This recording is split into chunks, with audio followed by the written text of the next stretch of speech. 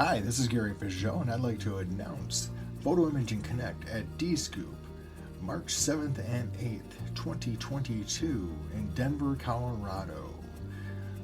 Photo Imaging Connect will feature 4 45-minute sessions focusing on the photo imaging market. For more information and to use your discount code, go to photoimagingconnect.com. That's photoimagingconnect.com. Hope to see you there. Welcome to the Dead Pixel Society podcast, the photo imaging industry's leading news source. Here's your host, Gary Pageau. The Dead Pixel Society podcast is brought to you by MediaClip, Photo Finale, and Advertech Printing. Hello again, and welcome to the Dead Pixel Society podcast. I'm your host, Gary Pageau, and today we're joined by world-renowned photographer Joe McNally, who's coming to us from Connecticut. Hi, Joe. How are you today? Hey, Gary. How's it going? Doing Good. well. Good. Listen, I really appreciate you taking time out of your busy shooting schedule to talk. You did the Olympics this year, correct? I did. Tokyo was a wonderful Olympics in many ways, also strange and difficult, but I was glad I went. Yeah, that was one of the things I've heard in some of the recent interviews you've done. It was one of the most challenging Olympics you've ever had to shoot. How many Olympics have you shot? A total of 4, kind of spaced out over time. Okay. And how does one get the gig of being an Olympic photographer? Well, it doesn't come to you easy now. In the days when magazines really ruled the earth, I had a contract with Sports Illustrated back in the 80s, and I went to the 1984 Olympics, actually for ABC Television was my client. In 2000, I went to the Sydney Olympics for Time magazine, and then the Rio Olympics for Sports Illustrated, and then this last Olympics, I was working with Zuma Press as a worldwide distribution agency. So you have to kind of mix and match. It is good to have covered several because then you're in the Olympic system. Right. And you can be grandfathered in for credentials occasionally. But usually, the process would be to have a magazine or an entity, a publishing entity, back you for the credential. So let's talk a little bit about your beginnings in the industry, because you're self-described, as you said before the interview, a kitchen sink photographer. You've done a little bit of everything. A lot of people know your work from sports, but you've done travel, commercial, all kinds of things. What got you into the business to start? I picked up a camera in school. I was a writing major in school, and I was required to take a photography course. I could not avoid it. Not that I would have tried, photography at that point was like, okay, cool. I have to take this class. I'll give it a try. Sounds like fun.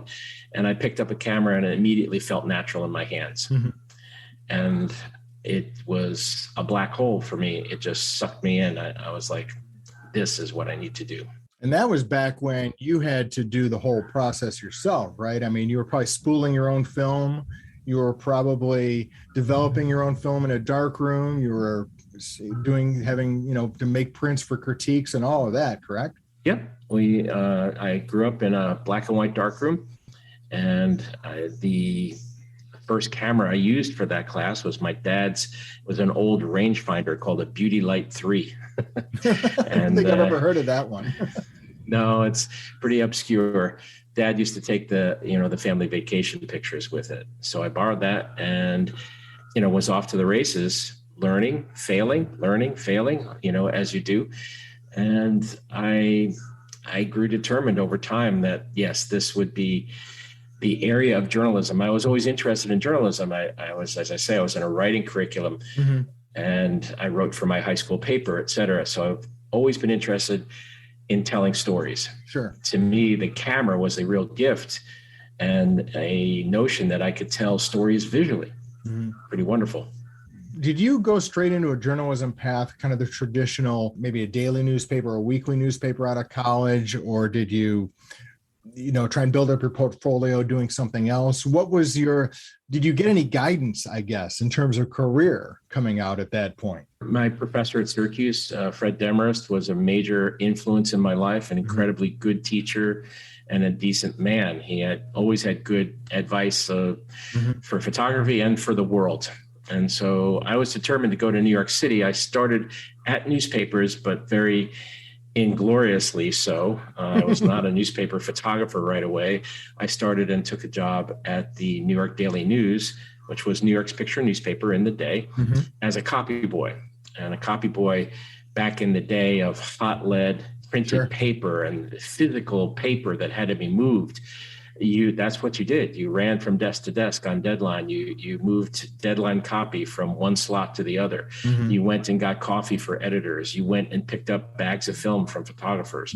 You were a glorified errand kid, basically. Which I guess as a college graduate, you were like, wow, this is not really what I expected, was it? Well, New York is a very good and also unforgiving teacher. Yes, I hit New York City. I had a master's degree in photojournalism from Syracuse.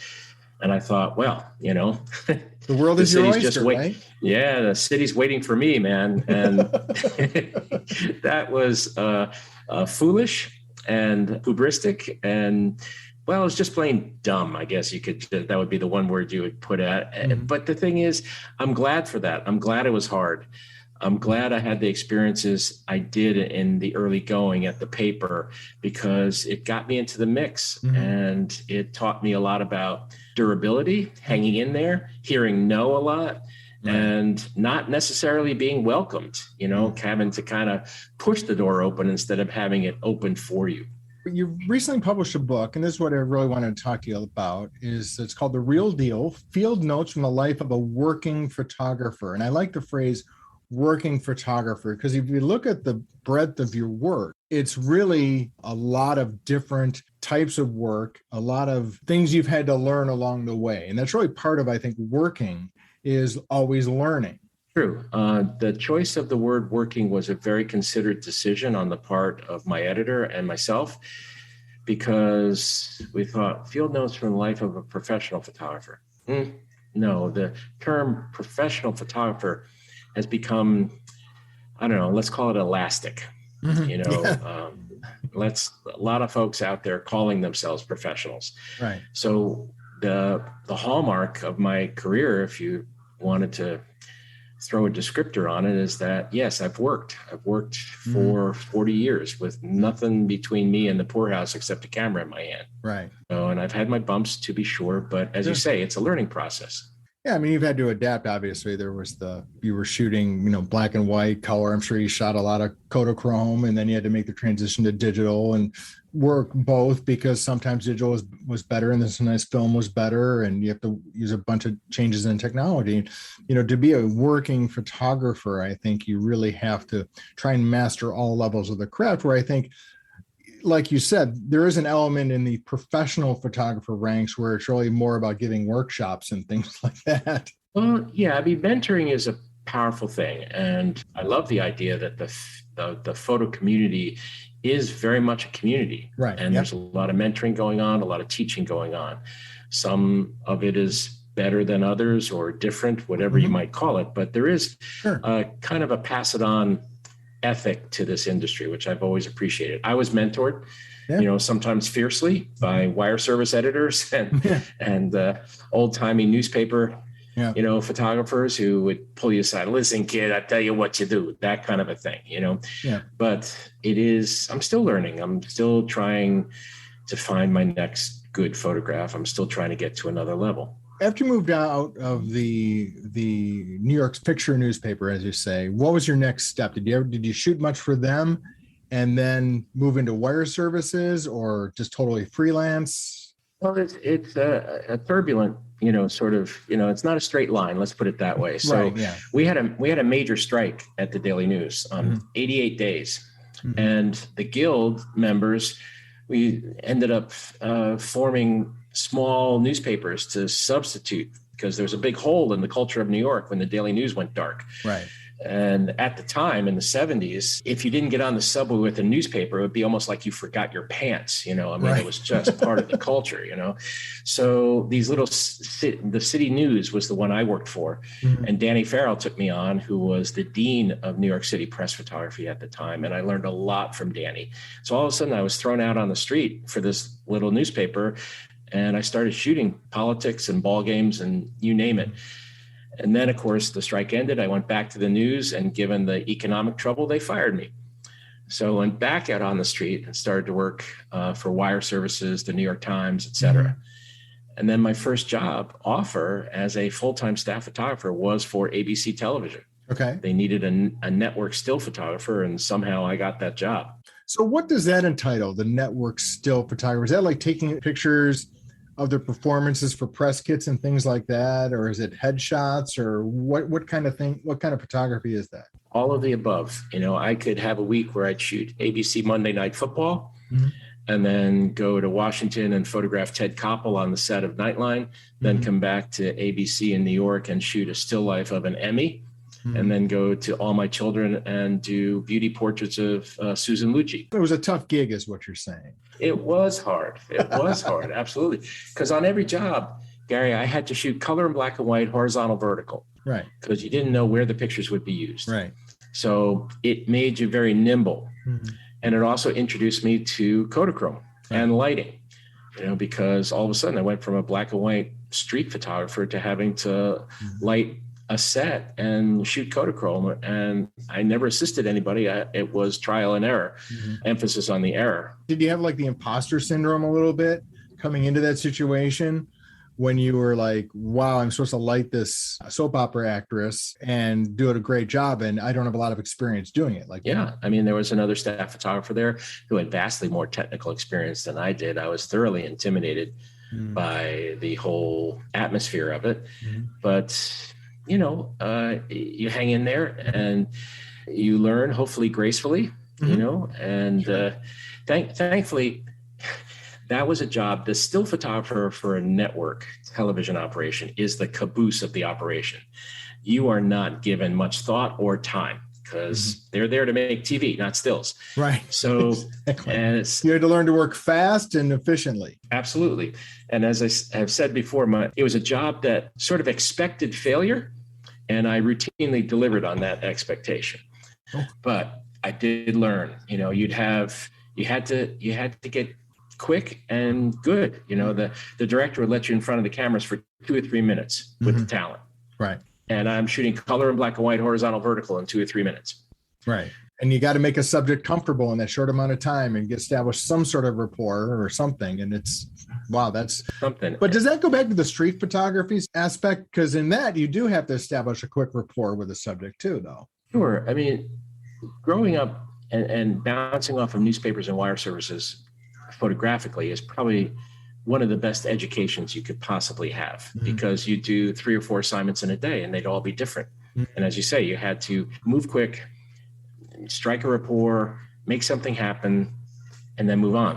Mm-hmm. And it was the same thing, only somewhat more technically complex because I threw the component of color into the mix when I was shooting for ABC. And you learn lessons. I flew down to Pennsylvania with Barbara Walters to photograph Mamie Eisenhower. Mm-hmm. And this was before, Mamie passed away shortly after this interview.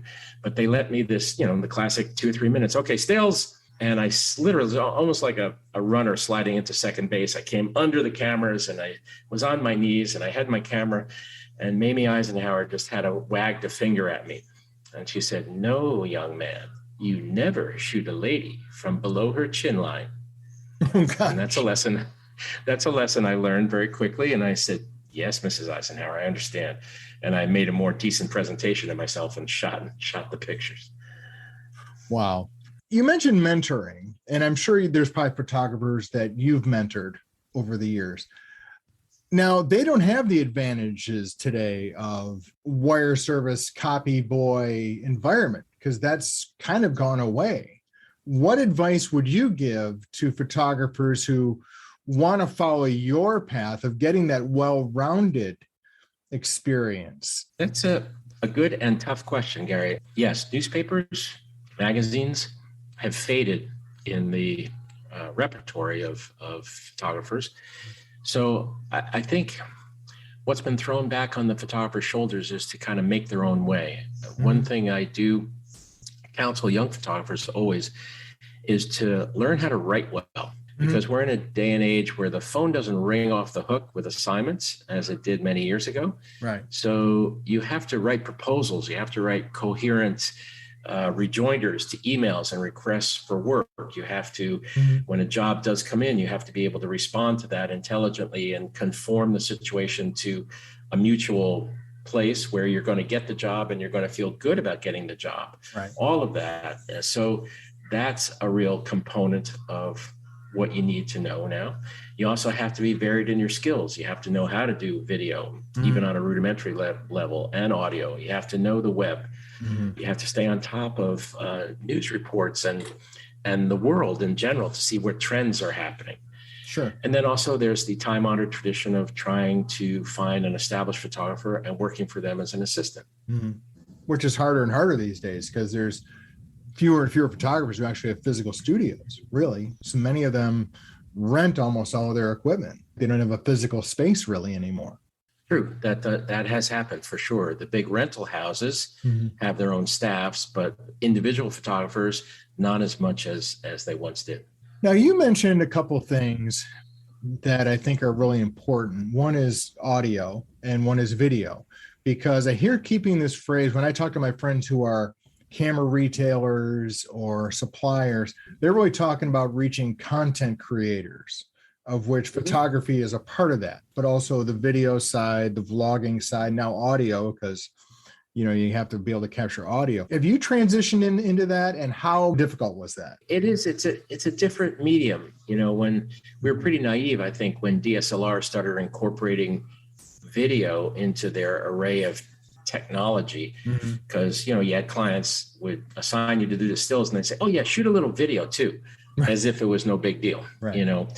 It is a big deal. It's a different medium, requires different skills, requires good audio, editing afterwards, etc. And so you have to, I think, be a little bit of a three-ring circus master, within the context of your own studio or your own workspace, to be able to do a variety of different things and bring to clients that which they need.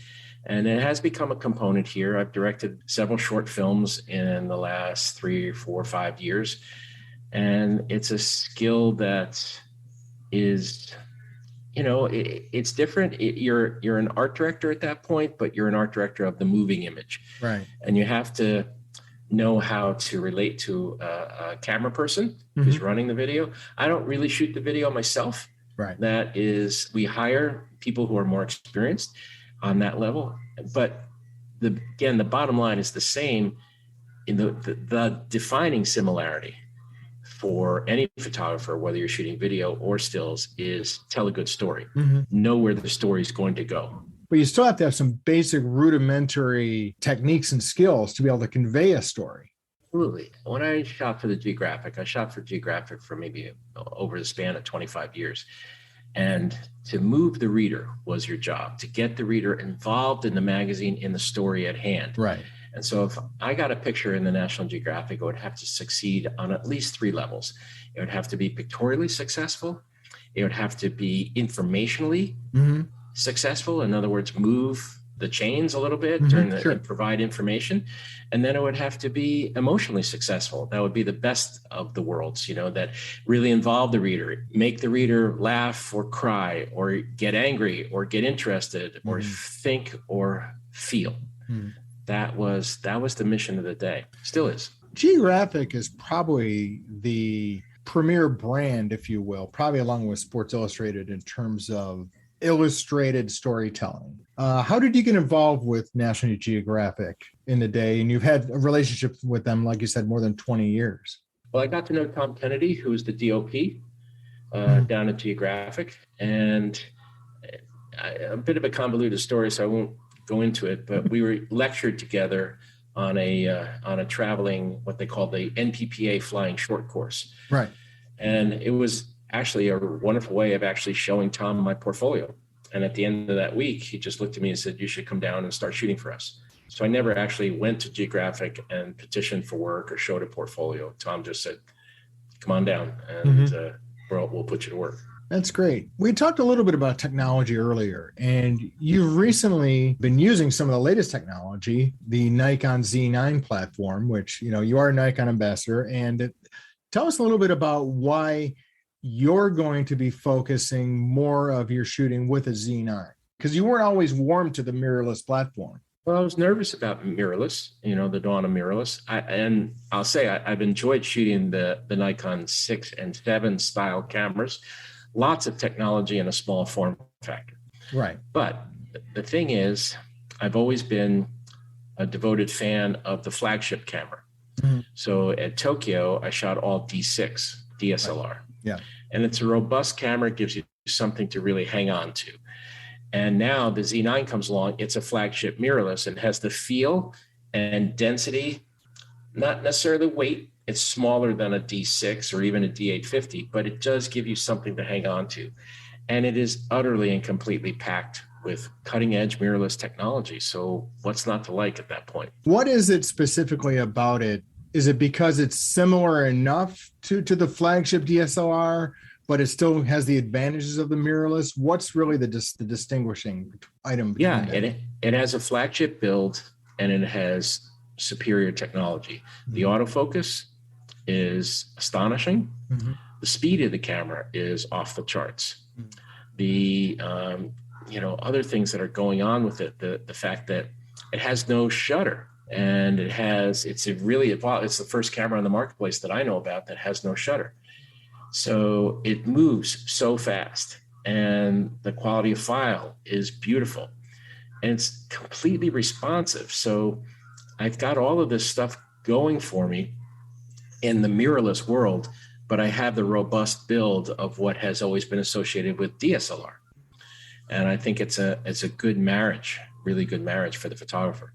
Tell us a little bit more about the book. Why did you choose to write a book? I mean, in the foreword, you said it took you a couple of years, I think, to come together to write it. It did. I mean, writing is hard work and requires, time at home. Right. And in front of a computer to think and plan and write. Yeah. And that time was in short supply for a long time, mm-hmm. until, of course, pandemic hit. Right. And then I was home. And then I thought, well, no more excuses, big guy. I had signed the contract with Rocky Nook, my publisher, to do a book some 5 years ago. Right. And they are very patient people. So finally, I was home. So a very small personal silver lining to the horrible aspects of the pandemic was, for me, I was home and I was able to write this book. You have a book contract with a publisher and it's probably pretty wide open, right? You could write whatever you'd like, right? I mean, but you chose to really make it more of not a tutorial per se, but really providing solid advice as opposed to here's some great tips on getting great photos. Yeah, I mean, I have to be honest, my editor and I were halfway through the book. I was about halfway done with it, and we still weren't sure what it was. And it's not a superhighway to a piece of information. It's not a book on posing. It's not a book on, how to use Photoshop or anything at all like that. So it's not directed like that. I liken it to something along the lines of a country road. Not a superhighway, it's a country road. It's a meander through the life of a working photographer. And there's a lot of information and lessons, and there's some tech information in there as well, but it's presented anecdotally. Right. You've been in the industry for 40 years per se. Why is this the right time, besides the pandemic, to release that book? Do you think there's a need for that level of mentorship to younger photographers today? Yeah, I mean, that's the neighborhood I live in. The technique, the craft, the pixels, the lenses, the cameras, all amazing, all need to be learned. You have to be familiar and build your craft, to be sure. But the real essence of this is to work hard and be engaged, be curious about the world, because you are a visual reporter. And so you have to be really motivated and passionate about what people are doing. I'm a people photographer, if you want to put another label on kind of the general run of my career. And I'm intensely curious about people. Who are they? What do they do? What's their life like? All of that.